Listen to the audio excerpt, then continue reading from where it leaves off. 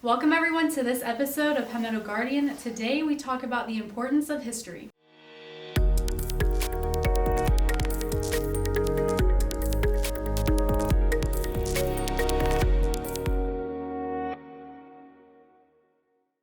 Welcome everyone, I'm Sergeant Chelsea Baker. And I'm Specialist David Erskine, and in this episode, I don't know where we're going to go with this. Let's try this. Let's talk about this.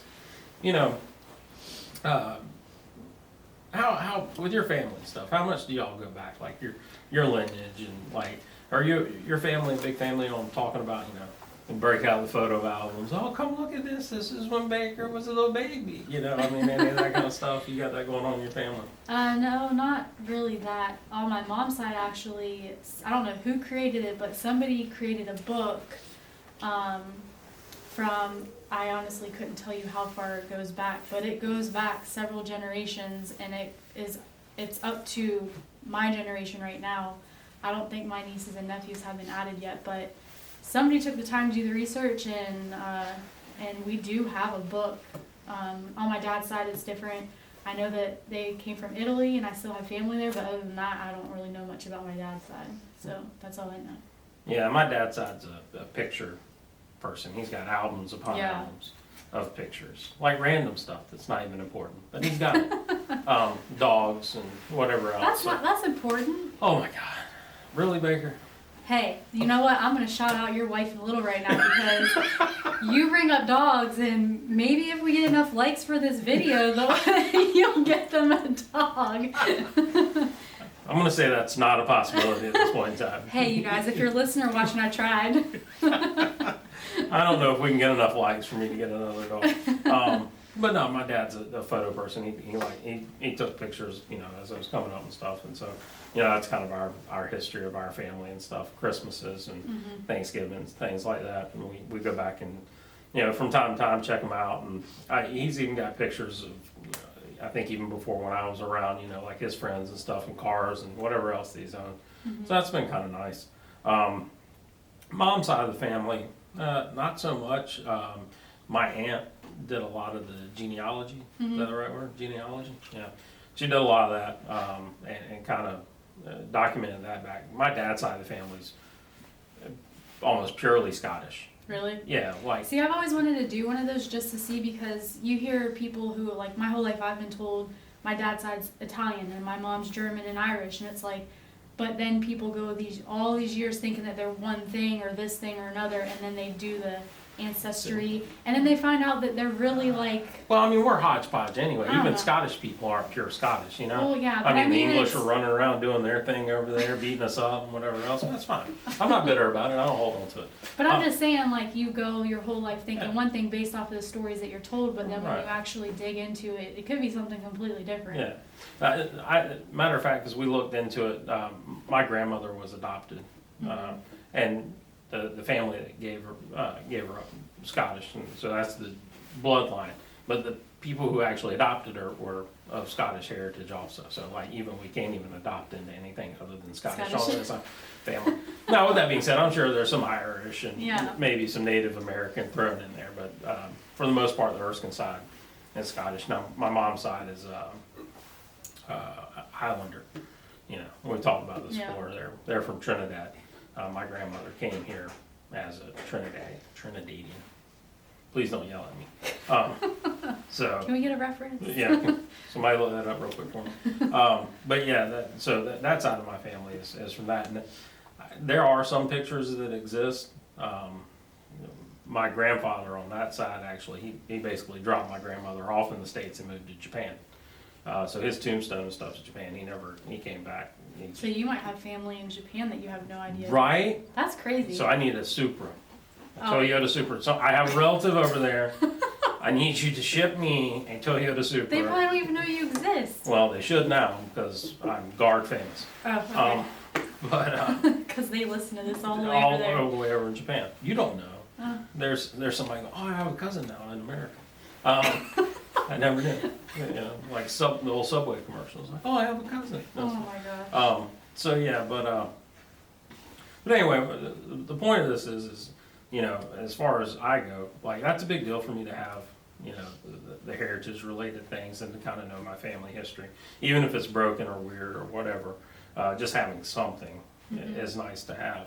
I don't know, does that apply to you too? I mean, you like having that ability to kind of look back over your family's history and know what was what and all that? Yeah, definitely. I mean, you learn about people that you never met and what they did and how your family got to where it is. And we have family heirlooms from like generations that's just been passed down, and it's cool to see that it's still around, that you can still physically hold it and see it and say, oh yeah, so and so did this or they made that, and there's a story behind it. And so memories definitely are a big thing for us. You got any cool stories about any relatives back in the day? Like, are you related to a duke, a mass murderer? No, this is because the holidays are coming up. Oh, He's a cousin, I don't know, second, third, on my mom's side, and he played Santa Claus.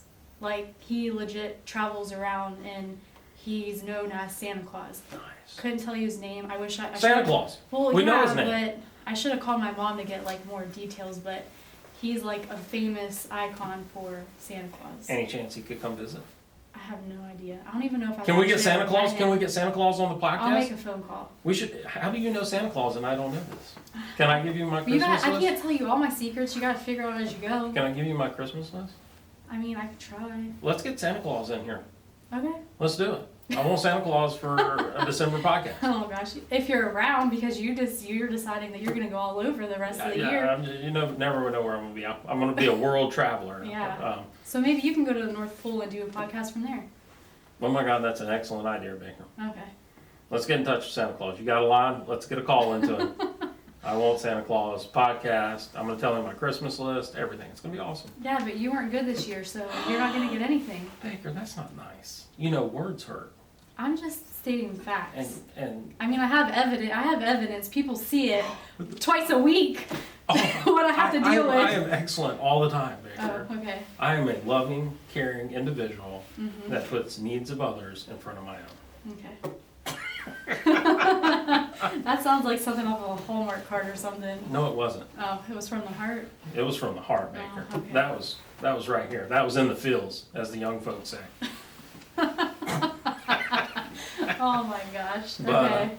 So anyway, we talk about this heritage and history and stuff of our families and why it's important, but that also goes true for organizations, much like the South Carolina National Guard. Outside of just the museum here, which we've talked about at length, and we'll actually get to hear more stuff from them later on this year. You know, the museum does house parts of it, but a lot of the written stuff and a lot of the content that we create as public affairs people and the VI folks that are out there, and the histories of the units and their lineage and all that kind of stuff, all that's done by the historian program. And a lot of people don't realize that the Guards have historians or have the historian program, and not fully, you know, about what it's here for. But it's a big thing to know when you go to a unit, just like with your family, because you know that unit obviously becomes your family at some level. You go there and you get to know this history of your unit. You know, we've talked about stuff kind of on and off about different units around here. And of course, I was part of the 263rd, which is the oldest unit in the South Carolina National Guard from way back when. But all that stuff matters, creates a certain amount of, not only is it a knowledge base, but it creates a certain amount of pride. Now, you were with which MP? Well, I started out the 131st, deployed with the 132nd, and then right when I was transferring to the 108 Public Affairs Attachment, they were merging, I guess, in a sense. So now they're the 131st and 132nd are one kind of thing. Okay. So, and I think they're still the 132nd. But did you catch any history about the unit when you I were mean, there? they talked about past deployments that people had gone on and people who used to be in the unit. But I mean, as far as that, we never really learned about the MP history as far as the South Carolina National Guard. Right, and that's kind of the point of the historian program, is to create these documents and this history and lineage and all that type of stuff out there in order to make it available for soldiers. Whether, you know, not everybody's going to be interested in it, not everybody's bad, but you definitely want the material there for those who do and are interested in it. So, I mean, I could ramble on a little bit more about the historian program. Obviously, I'm pro-history just because, you know, outside of just working in the museum, I've gotten introduced to a lot of history of the South Carolina National Guard over the last couple of years and just been kind of... And making history. And making history. That's right. We'll be in the books one day. That's right. One day you will read about me, as scary as that is to think. Oh my God, they let people like that in back then. No. Yeah, so let's kick it over to our guests and we'll talk to actually our historian about our historian program. So today we have Staff Sgt Meghann Church, and she is the command historian for the South Carolina National Guard. I sure am. Yes, so thank you for being here with us today. I'm so excited for this. Like, podcasts are my jam. It's such a be on a podcast. I've been looking forward to this for a very long time. There you go. Well, we're glad we could make the dream come true for This you. is so good. Yeah, we're just that type of people here. I appreciate it. So, historian, what does all that really entail? Because I don't think a whole lot of people really know, maybe even the Guard has historians. I don't think they do, and I get that a lot. Like, oh my gosh, we have a historian. I get looped into a lot of things, especially where I sit, where I kind of sit near public affairs now. Yeah. It's like, oh, public affairs is here. And I'm like, kind of, not really. So I get that a lot. Things appear on my desk, like, oh, I found these papers, and I assumed that the historian would want them. Or I heard there was a historian. Who is that person? It's me. Bring it on over. Yeah, so there was a historian here, I don't know, for a while, probably until about 2010, 2011, or at least from what I've found. Like, that's kind of where it cuts off. And then Sergeant DeJovene, he took over, did historian work for a little while, and then once found out he was, ComCam and all those things, or photographer. I don't know how many civilian listeners you really get. Yeah, Combat camera. those so, are photographers for us too. Right, unless you're talking to him, then it's a comcam. Yeah, don't ever call him just a photographer. So, once I found out what he could do, then that kind of went away. And then I think there was another filler, an officer in there for a little while. But the position had been vacant for a long time. So when it came up, I interviewed for it, and when I got the job, I was kind of in a transition. I'd been working on a project for the museum, kind of as a liaison, between the Guard and, or the Guard, I say. They really work kind of hand in hand, but coming up with Army aviation kind of research and that kind of thing. So I was working that job, ended up getting the full-time job as a historian, and Chief of Staff told me that, what I really would like you to do is write annual histories. Annual histories for the Guard have not been written in a really long time, probably since the 90s.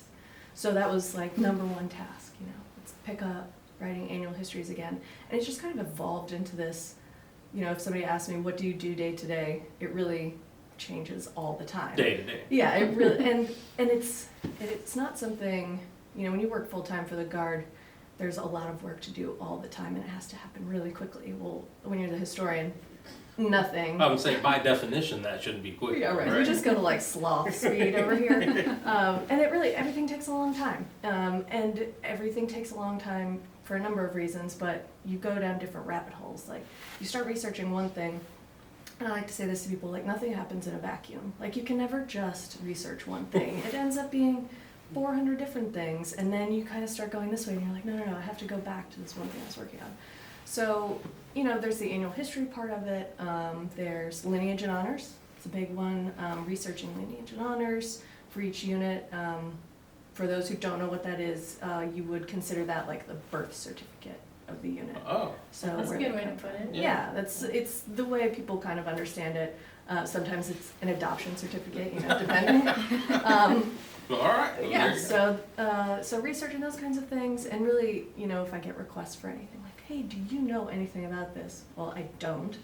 And not being from South Carolina, I just don't. Right. So there's a lot of research that goes on, using all resources around, using a museum, using all kinds of different things. So it's kind of the sum total where I'm at right now. I'm really trying to build the program into existence kind of thing. Now you mentioned the annual reports. Now is that like a one pager or? It depends. Here at the museum, They have a little library downstairs, and you can go back, I mean, I think they start in the late 1800s with their hardcover, and you open it up and there's a statement from the Adjutant General, and then it talks about each unit, who was in the unit, what they did for training that year, and then you get to like the finance section and how much money did the Guard spend. So it's like a whole compilation basically of what they did for the year. And those kind of went away in the 90s, like anything. So you're not knocking this out overnight then? Oh no, no. I wish, because then I would be done with that. You'd be completely caught up. Totally done. So no, there's no really getting anything done quickly. And it's a research thing, you know, and that's the other part of being the historian is collecting information. So you have the folks that are at the U.S. Army Center of Military History, and they do a lot of like the writing, you know, they're the high mucky mucks doctorates in history, like they take everything that we in the field collect and then write the history based on those things. Where here at the state level, I like to treat it more as education and heritage and, you know, teaching soldiers and teaching people in general just like about the Guard and locally, and so you can kind of build that pride in the organization and that kind of thing. So, I don't know, that's a long way to say, I don't really know. I feel like you just stole my question. Sorry, let's try it again. No, because, I mean, you kind of touched on it, but I was going to kind of lead towards, you know, a lot of people might be wondering, you know, what is the importance of having, you know, a historian and the history program in the Guard. Right. And you were kind of touching on it a little bit, but I don't know if there's any more to add to that outside of that part. Yeah, I think, especially with where we've been since 2001, right? Like, it has just been go, go, go, go, go, go, go, and we lose a lot. Like, we lose a lot of information just in the nature of what it is. Like, if you don't capture it right when it happens, it's gone. People forget, which happened, like, Yeah, that's just human nature. People forget, or it just goes away.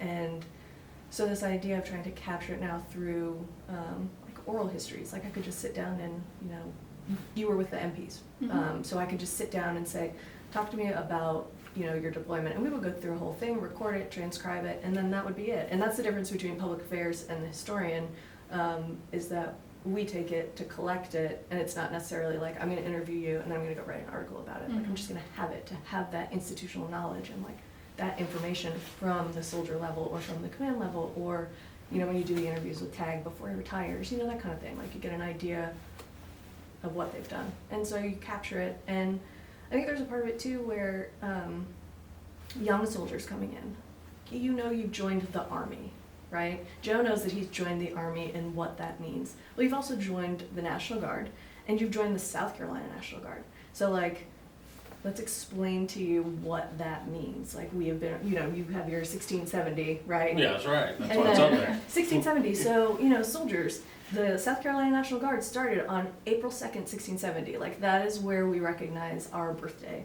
Massachusetts was 1636. So, Yeah. like, They beat us by a few years. I mean, Well, they whatever. beat us on a lot of things. No, we don't talk like that on this podcast. Oh, sorry. South Carolina's always number one. I'm number one. Oh, and that's the other, okay, so let's talk about that. South Carolina, the National Guard as an organization, I would even say like just the culture in the state, they want to be the best at everything, which is not a bad thing. Like, let's be the best and let's talk about it. So there's that aspect of it too. Educating new soldiers, like, not only did you join the Army and the National Guard, but you joined this organization, and this is what that means. And then you can drill it down further, like you joined the MP company, or you joined the 263rd AAMDC. That is the oldest unit in the state, and what that actually means, or the oldest active unit in the state. And you could do it for every unit, you know, even the brand new ones. We just stood up, we've talked about this, we stood up the Engineer Brigade, right? So they are technically a brand new unit. They have they don't carry lineage from anything else. They weren't, you know, built from anything. They are a brand new unit, but that doesn't mean anything. You know, there was choosing the designation, like, why do we call them the 117th Engineers? Nothing is done arbitrarily. Like, They weren't sitting in there with a dartboard. like, yeah, we're gonna pick that number's up and we're gonna go for it. What's your lottery numbers this week? Yeah, that's what Exactly. What's your birthday? Let's mash it up. Yeah. So there was a reason for all of it, and you got into it with the symbolism of the patch, and all, you know, there's there's meaning in everything, and when you go down those rabbit holes, you realize like it is so much deeper than just this surface level question or this surface level thing. Let's get into it and figure it out. Weren't you guys gonna call this something else too? It was gonna be 1670. Oh, like, Yeah, 1670 podcast. Yeah, and we felt we'd go for a broader spectrum Right. with the Palmetto The Palmetto Guardian. Guardian. But we left the 1670 up there Right. for recognition of. Yeah, and to get people to ask the question, like, why? Why is Is this even happening? Is that their phone number extension? Yeah, right. If I have a- 299-1670. Try it. I'd be interested to. It's Yeah. probably ID cards. So it's shouts to ID cards. Sorry about that. Yeah, somebody's gonna get a call now. and they're Yeah, like, exactly. Is this the podcast? I'm like, Yeah, let's call it in right now, like on the radio. yeah. We're gonna take callers. Um, Yeah, so I mean, that's just among the things that happen in the historian book. So do you have a background in history, or is it just something that you were interested in and you kind of just fell into it? A little bit of both. My degree's in journalism, so like I was gonna be a sports writer, so I can. Yeah, this is great. I was listening to your podcast. It's close. Steelers fan, Raiders Yes. fan. Born and raised in New England, so I'm a Pats fan. Oh, so man. you So we can immediately just have to cut leave. this off You right now. immediately have to leave the show. Yeah. I'm sorry. Well, and I married a Bills fan. Hi to my husband. I married a Bills fan, so yeah. How's football season? And It's going great. It's going really well. We agreed, I think, in our vows not to like go to New England or Bills games when they're playing each other. But I digress. So my degree is in journalism. I wanted to be a sports writer, but I took a lot of gen eds to get to that point. So you take a lot of different classes, and I was always really good at my history classes. It was my history professor who told me to like take a hard right, and like he's like, you need to be a writer, like let's go ahead and do this.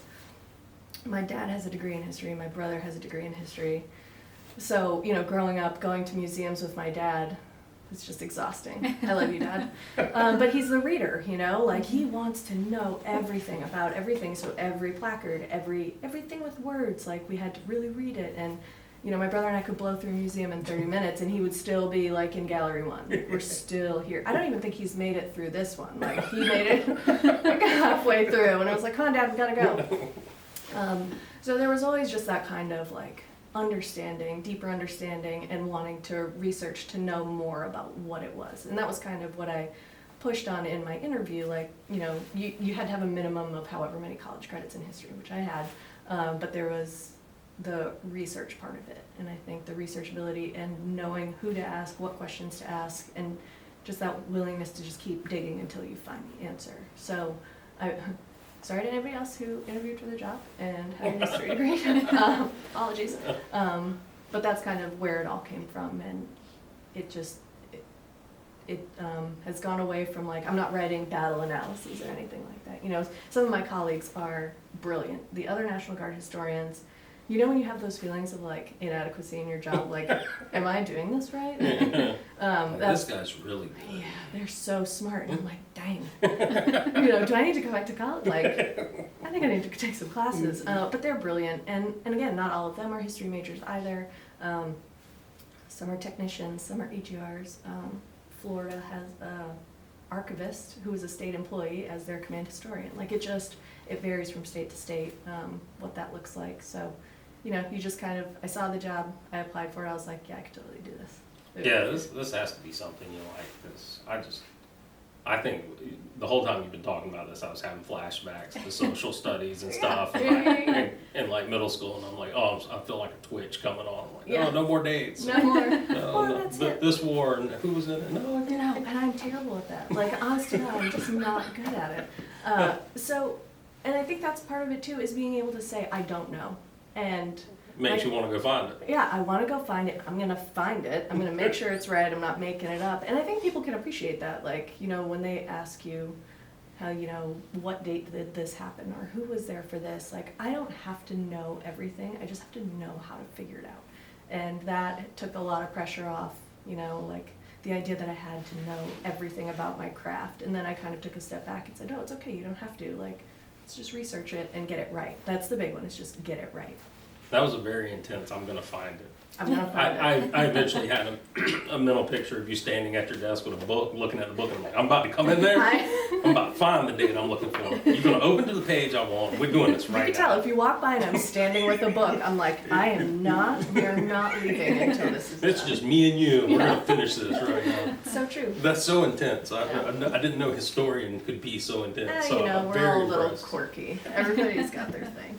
So, I guess kind of as you move forward with the historian program, obviously you picked it up at one level. You kind of have your I don't want to say base duties, but your duties that you're doing now. You have any hopes and dreams of evolving the program, or where at some point in time, I imagine you'll go to the house where you might Yeah. want to leave it at? Please, I hope I make it to retirement. Well, yeah, I think, and I tell this to people a lot too, I'm not building this program for me or for you or for you. We're building it for 20 years from now, when your kids want to come in and, like, you know, they call up and say, my dad served at this time, I don't know much about it, but can you tell me anything about his unit or anything like that? And I get those, you know, I get those from time to time. You know, my grandfather served, he drilled at the Lawrence Armory, and that's all I know. So, okay, like, let's start there, and we'll get you some knowledge. So I think I'm building a lot of continuity right now. So it's, you know, these were all the adjutants general. These are the command chief warrant officers. This is a brief history of the South Carolina Guard. These are all the units of the Guard that we know it right now. That's another part, you know, so many units have come and gone and come and gone that when I read about one, I'm like, is it still here? Like, who is it now? Who absorbed it? What did it morph to? They changed the name. They changed the name, Yeah. or they combined or something. So there's a lot of continuity building for the next person who comes in. And there's also just catching up, you know, writing unit histories so that way they can be added to. They're all living documents. Like, it's not like, well, this is the history of the, you know, 108th Public Affairs Attachment. Boom, done. Like, you guys are done doing things now. That's right. That was the beginning and the end of our history. So it's collecting, and we've talked about this, the big one now is making an archive. And I wanted to bring that up for people listening, because I think as somebody who joined prior to 9/11, you know, we're getting close to the house. Like, Yeah. we're getting, if people have stayed long enough, Oh, yeah. I've they're- already got my walker picked out and everything. Right, exactly, like my bedazzled cane and the Yeah. whole thing. Oh yeah, we're ready. So you're getting close to the end, and the amount of knowledge that those folks have, like our people have, or just hard drives of photos of, you know, if you kept a journal, if you kept anything like that, it may not seem important now. And feel free, keep a copy of it in a tote in the attic, you know, for somebody to find one day, but share it. Like, if you could share it with us, whether it's with me, whether it's with you guys, with the museum, share it with us, so that way that institutional knowledge doesn't just go to the wind. Like, we don't lose that. And with the archive that we're working on developing and keeping, I think it's going to help the future generation research what we've done, but also now to be able to say, okay, let's go look for some more information on this and see what we can find. Yeah, that's some heavy stuff, and I mean, I guess, you know, for our generation, definitely of soldier, Mhm. airmen, military personnel that came in, you know, either right before or right at, we've had a very busy career Mhm. overall. Even if you haven't been deployed, you've had a busy career Right. dealing with op-tempo training and stuff like that. And you're right, there's just been this mass amount of history Mhm. produced. And, you know, it's kind of a weird thing to think that you lived through history, especially something historically significant Right. like 9/11 and everything that we've done since then. Because you can imagine the folks, say, in, you know, the Revolutionary War, you know, there might be a handful Sure. of people going down, you know, walking around going, you know, this is going to matter one day. Right. But for the general populace, they were like, no, you know, whatever, I haven't It's just had survival day right, to day. Right, I've had a crust of bread and a little bit of water. I don't Yeah. care about writing anything down. And then for our generation looking back, that's obviously been a huge part of our life to study. I mean, that's one of the, you know, first things you learn type thing. Yeah, and I mean, even researching World War One, right? So we just had the centennial of World War One, and when I got the job, it just dove right into that.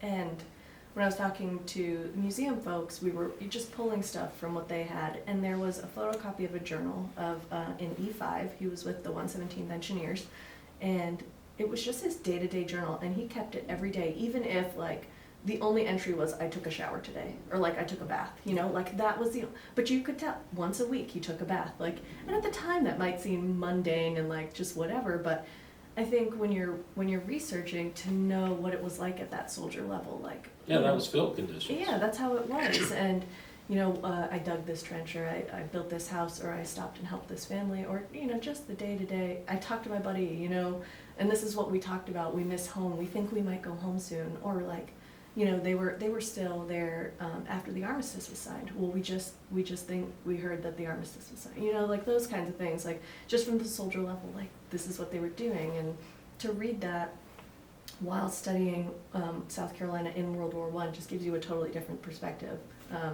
One of my favorite parts of that was he had a pass or a leave to go to Paris. Just him. And you can read it. It's great. Yeah. It's hilarious. And the things he was excited for. But when he got to Paris, there were some members of the 118th Infantry who were from Charleston. And so there were other South Carolinians, and he ran into them. And just that joy, like, that he wrote about, feeling like running into a familiar face. Like, it's another thing about the Guard, you know, like, it's the 6 degrees of separation. Yeah. There isn't. But, you know, even as soldiers today, we can recognize that feeling of being away from home and running into somebody that is from your home. You know, like, as a soldier, you're like, oh my gosh, you're wearing the same patch. I've never met you, but that's okay. Like, We're be best friends. Yeah. You're my bestie. Let's do this. Let's go get lunch and stuff. It was just beautiful to read. Even if it was just, like I said, hi and we talked about whatever. Like, it was just reading those kinds of things. So what you think doesn't matter really will, you know, maybe in 100 years, who knows? But it gives context. Like, you read these overarching histories about the movements and the battles, but you don't get into the weeds of what it really means. And so, you know, as enlisted people, like, it's Yeah. kind of my jam. It's your jam. That's what I want to talk about, you know? Now, speaking of that, one of the things I've always, I guess, is I'm not a huge history buff or anything like that, but It's okay, neither am I. I've always been I've always been an advocate for history, especially in the military, because Sure. you know, as a soldier, you know, once again, we talk about living our day to day and stuff like that, and we are busy, and we are put in very rough situations and you know, bad situations and whatever else, and we struggle through things from time to time or whatever.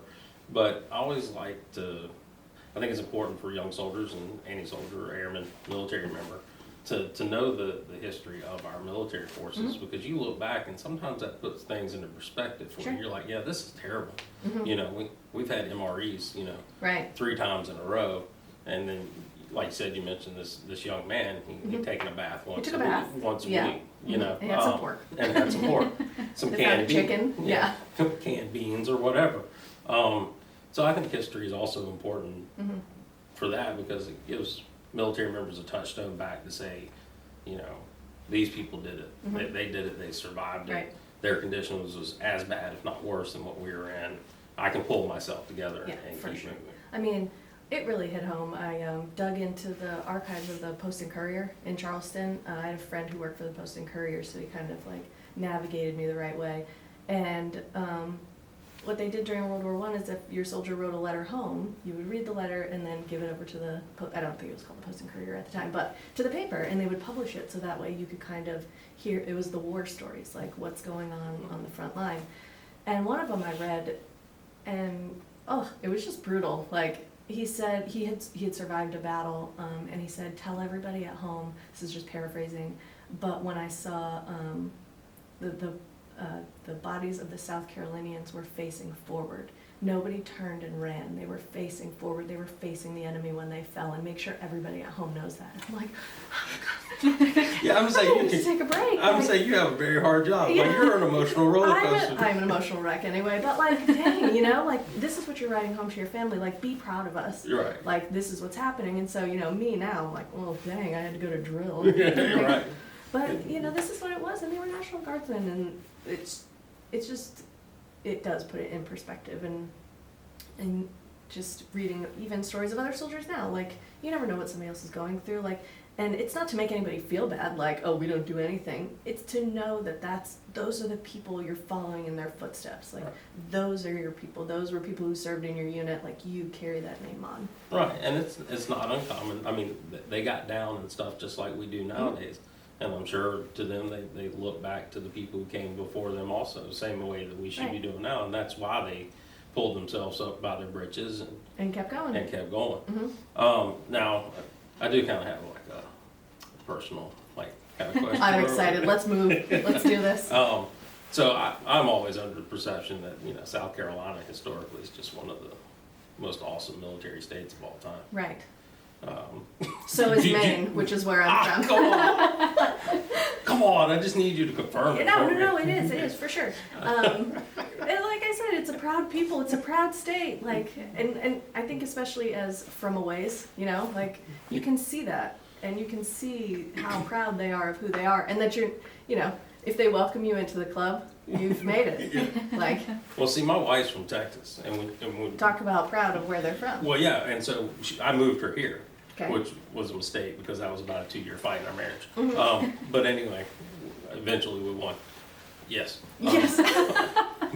But when she came here, she was like, "Why are y'all learning this?" Like we were learning, our kids were Oh, going yeah, to yeah, school, yeah. you know, and there was a lot of stuff about Civil War, Mhm. Revolutionary War, of course, all the forts around here, all Right. that and stuff. And she was like, "Is that part of like Yeah. history? Like, does that matter or whatever?" Mhm. And I'm like, "Y'all didn't learn this? Out Right. here? How can you not learn How this? do you not know Yeah. this?" She was like, "We were learning about the Alamo and, you know, Pancho Villa and Of stuff." course. Well, you know, Which is great. yeah, right. But it was kind of a little bit of realization that, you know, we learn our national history, but we do learn a very specific You do. history to where we're from and what's important of who we are. Right. I'm Right. so glad you brought that up. The show, like, Are You Smarter Than a Fifth Grader or whatever? Are you smarter than an 8-year-old? Because I'm not. So my stepson is in 3rd grade, and 3rd grade is when they start teaching South Carolina history. And so, like, we will quiz each other on, like, the history of South Carolina. I'm like, oh, really? And then I sit there and Google it. He's totally right. Good for you. But, you know, you guys learn it so early, and that's good. Like, it's not a bad thing. You learn where you come from, and I think those things are wonderful. I just need to go sit in on 3rd grade. 3rd grade. To catch up to everybody, and So yeah. any 3rd grade teachers out there maybe have an open spot shouts. for a historian, let us know. Let us know. Don't ask me to talk. I'll just sit in the back. I'll be like Adam Sandler, you know. I'm just taking 3rd grade again. Yeah, there you go. Yeah, no, it's great. I love it. So, this has been a lot of fun, actually. This is great. Yeah, this has been awesome. Yeah, and I listened to your stuff before, and you're all about like the comments and things like that. Yes. Totally. If people want to know stuff or if they have questions, post it in the comments on the Insta, Yeah, on the YouTubes. Yeah. There is a National Guard history page, South Carolina. It's at SCNG History. Mhm. If you have anything on there that you want to post, feel free. Message me. Post questions. Like, if you want to know, let me know. Yeah. Let me know. Yeah, we got to get you back in for some more stuff because I think there's a lot of stuff we could learn and play with and have fun with. Yeah, that. no, totally. Like, this is great. I would love to do it, and especially if people are interested in it. Like, if you want to have, whether it's of the week or of the month, I don't know how, like, when this is gonna run or anything We're like we're that. flexible. Yeah, we're like, bring it flexible. on, because it will help me too. Yeah. You know, people asking questions will help me. You know, what if you ask me something, I'm going to record it and keep it because. Be careful when you speak with her. Right, yeah, no, well, not even that, like, I'm gonna just make sure I don't forget this thing that I just spent 2 days researching, Right. and then I'm sure it'll come up again at some point, so, Gotcha. yeah, you know, even if it's soldiers, if you wanna know, tell me about my unit, tell me about why I wear this patch, like, what is it, I mean, you know, in Maine, there's like one patch, you know, there's not that many of us. It's the sun and a pine tree, and a couple other, like the CST, Yeah. they'll wear a different one. But here, you know, Signal has a different patch. We talked about the 117th. This is like the Joint Force Headquarters. 218. 218th Double has A their own, units. their sword. Yeah. So why a pine tree? Pine tree is the state tree. Same with the palmetto. Okay. Yeah. I feel like we should do an episode on the history of this patch because, I mean, How many times well, at least I've heard soldiers saying, well, why can't we have a cool patch? Like, why do we all have to be the same? And Which I they feel don't like realize. They don't realize this is like one of the coolest patches in the nation. Right. That tree won a war. See? That Exactly. tree means something. So I feel like it would be good to tell everybody exactly Yeah. what the history is. Well, on sure, it. and I mean, we can talk about like Sullivan's Island, right? Yeah. And the fort that was made out of palmetto trees, so when it was getting blasted with, cannons, it bent, it didn't break. And so that's the idea. Like, that's why it's the palmetto. It bent, it didn't break. And then when you see it on a dress uniform, it's blue for the flag Yeah. that was flown during the Revolutionary War, the Liberty, all the things. Like, we're gonna have a cool patch. Yeah. Well, you do, man. Like, you totally do. Like, you So- got a super awesome patch that like literally dates to the beginning of our nation. Yeah, so if we want to do some cool overlays of all the patches, like, Yeah. oh, here it is. Yeah. Here's the 228 signal, and Yeah. let me tell you all about it Yeah. and why the color. Or Maybe, the aviation. you know same what, thing. we should do that. Maybe Yeah. maybe not in just a straight up podcast form, but maybe we should Yeah. put out some videos so young soldiers can have a little bit of pride. Like I Yeah. said, Oh, I jumped quick. I was like, no, this, Oh yeah, and when they wanted to take my pine tree off, I was like, really? give me the Like, pine tree back. I'm not ready for a new tree yet. Like, it's not. I don't know that tree. The tree's far. Yeah, I couldn't even pick it out if I went outside. Like, I don't know. So, Yeah, so. well, yeah, absolutely. we appreciate you taking time out of your schedule to come Thanks, back. guys. Like I said, this This was has been great. awesome. This was super fun. We hope to have you back in the future. Anytime. Yes, ma'am. Thanks. Thank you. So it was awesome that Sergeant Church was able to come in and talk to us about the historian program. Yeah, it was a lot of. It's a lot of stuff. Like, she was good. She was good. Yeah, she she really was fun. funny, You yeah. can tell she likes history and like learning about it and stuff. And like she said, she's not a South Carolina native history buff or whatever, but it works to her strong suit because it makes her want to go find out more about what was going on. Of course, with that being said, realistically, she probably knows more about South Carolina history than what I do, and I grew up here.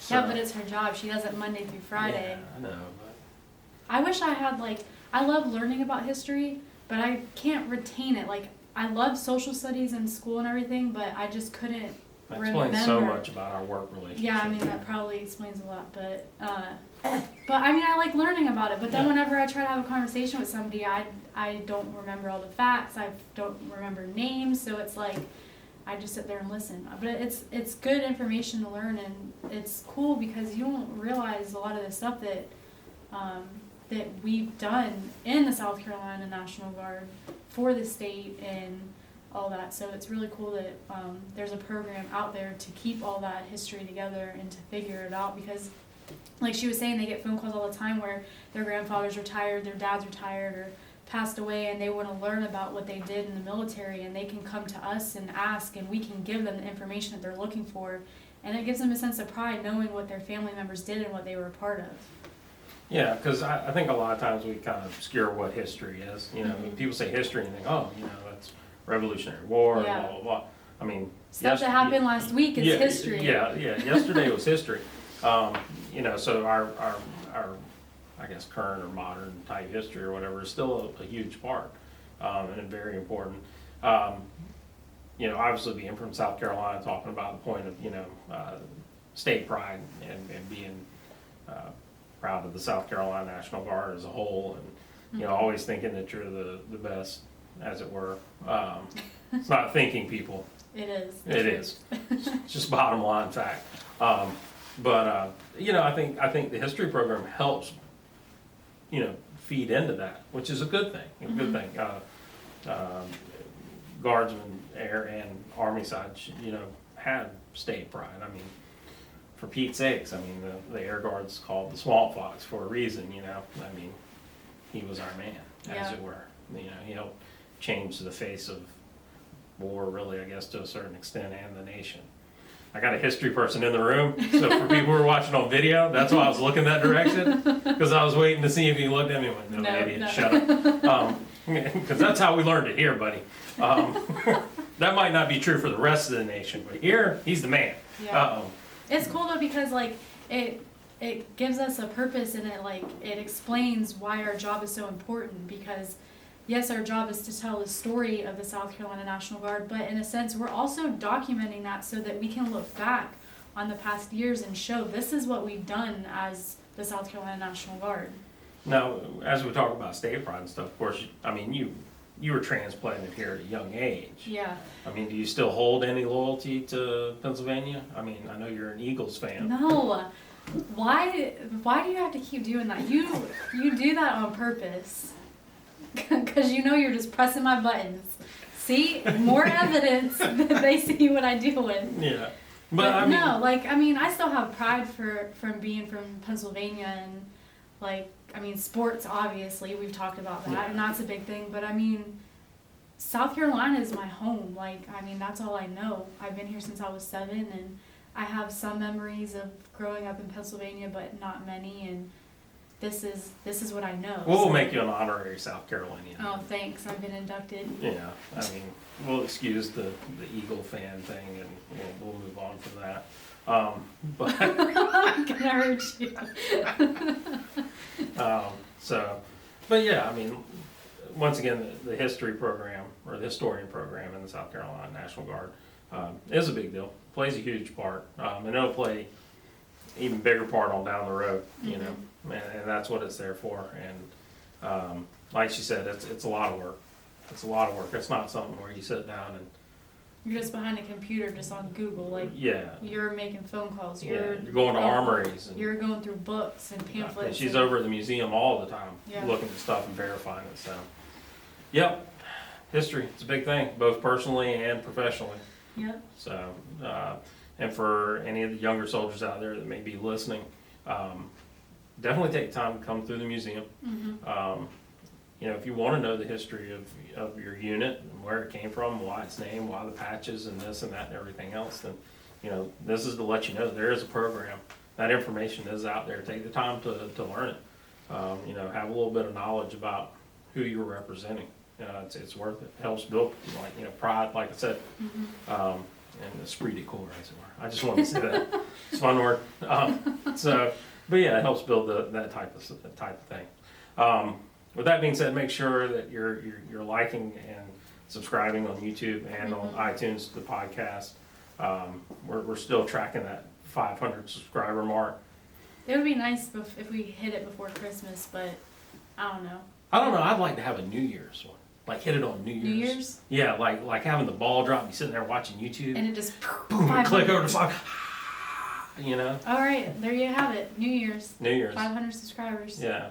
We're If close. we're at $4.99, I'll make sure that I am, instead of watching the ball drop on New Year's, I will on New Year's Eve. I'm sorry.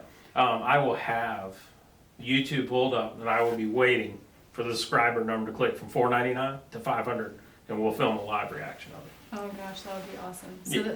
So you listening and watching, please hit the subscribe button because I want to see this reaction. So yeah, and then of course hit your notifications if you want to keep up whenever we're putting out new content. We're throwing out 2 podcasts a week and plus some other stuff. We're getting here towards the end of the year, so be checking out for holiday messages and year in review stuff to see maybe if you're in one of the photos, show it off to your family. Yeah. Super awesome. So yeah, that's about it for me on this side. What you got? That's it. Just make sure you like and subscribe. All right.